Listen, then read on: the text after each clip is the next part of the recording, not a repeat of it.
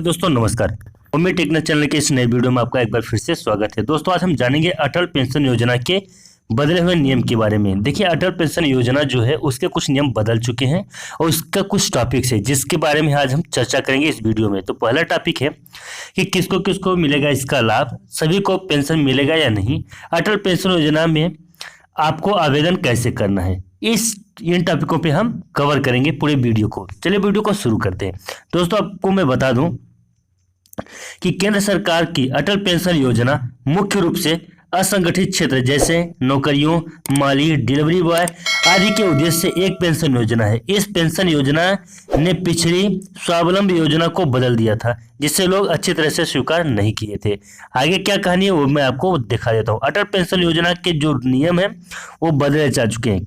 क्या क्या नियम है, क्या क्या बदले गए नियम अभी आपको फॉलो करना पड़ेगा यानी अमल में लाना पड़ेगा, वो मैं आपको दिखा देता हूँ। देखिए अटल पेंशन योजना का लक्ष्य यह सुनिश्चित करना है कि किसी भी भारतीय नागरिक को सुरक्षा की भावना देते हुए किसी बीमारी, दुर्घटना या बुढ़ापे में होने वाली बीमारियों के बारे में चिंता न करनी पड़े। निजी क्षेत्र में कर्मचारियों या ऐसे संगठनों के साथ काम करने वाले कर्मचारी जो उन्हें पेंशन लाभ प्रदान नहीं करते हैं वे भी इस योजना का आवेदन कर सकते हैं। इस योजना के लिए यानी कि किसी भी संगठन में आप काम करते हैं वहां से आपको पेंशन नहीं मिलता है तो आप इस योजना का लाभ ले सकते हैं। प्रधानमंत्री जन धन योजना के सफल कार्यान्वयन के साथ और जन धन योजना की निरंतरता के साथ एक शून्य शेष खाता खोलने के साथ बैंकिंग लाभ प्राप्त करने के लिए बड़ी आबादी को गले लगाने के साथ एक राष्ट्रीय पेंशन योजना जिसे अटल पेंशन योजना के रूप में जाना जाता है, APY इसे बोलते हैं अटल पेंशन योजना, हमारे माननीय वित्त मंत्री श्री अरुण जेटली द्वारा 2015-16 के केंद्रीय बजट में प्रभावित और पारित किया था। आप सभी को मिलेगा लाभ, यानी किसको किसको लाभ मिलेगा और कितना लाभ मिलेगा दूसरा टॉपिक है, मैं इसको समझ लेता हूँ। चलिए 60 वर्ष की आयु प्राप्त करने पर यानी 1000 रुपया, 2000 रुपया, 3, 4, 5 हजार रुपये की निश्चित पेंशन प्राप्त करने का विकल्प है। अटल पेंशन योजना पेंशन का निर्धारण व्यक्ति की उम्र और योगदान राशि के आधार पर किया जाएगा। अंशदाता की मृत्यु पर अंशदाता का पत्नी या पति पेंशन का दावा कर सकता है और अंशदाता और उसके पति पत्नी दोनों के मृत्यु होने पर नामिनी व्यक्ति जो है वो अपना संचित राशि जो उसके पास जमा होती हो उसको मिल जाएगी या दी जाएगी। हालांकि यदि अटल पेंशन योजना अंशदाता की मृत्यु 60 वर्ष की आय पूरी करने से पहले ही हो जाती है तो पति या पत्नी को या तो योजना से बाहर निकलने और कोष का दावा करने या शेष अवधि के लिए योजना को जारी रखने का विकल्प दिया जाता है। भारत सरकार द्वारा निर्धारित निवेश पैटर्न के अनुसार इस योजना के तहत एकत्रित राशि का प्रबंधन भारतीय पेंशन निधि नियमावली द्वारा किया जाता है। अब आगे देखिए मैं इसमें आपको और दिखा देता हूँ।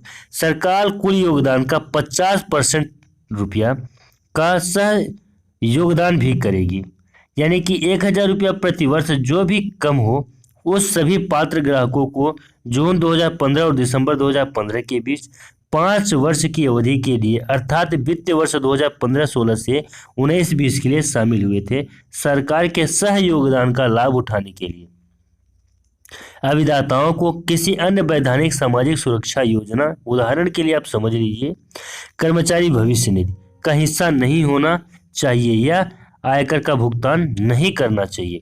यानी कि इसका अगर आप लाभ उठाना चाहते हैं तो आपके पास में PF अकाउंट नंबर नहीं होना चाहिए, यानी कि PF से आप नहीं हो, और दूसरा नंबर कि आयकर भुगतान नहीं होना चाहिए, नहीं करना चाहिए। आप उस रेखा में न आते हो कि आप भी आयकर भुगतान कर रहे हो। अब देखिए अटल पेंशन योजना के लिए आपको किस प्रकार से अप्लाई करना है वो आप समझ लीजिए।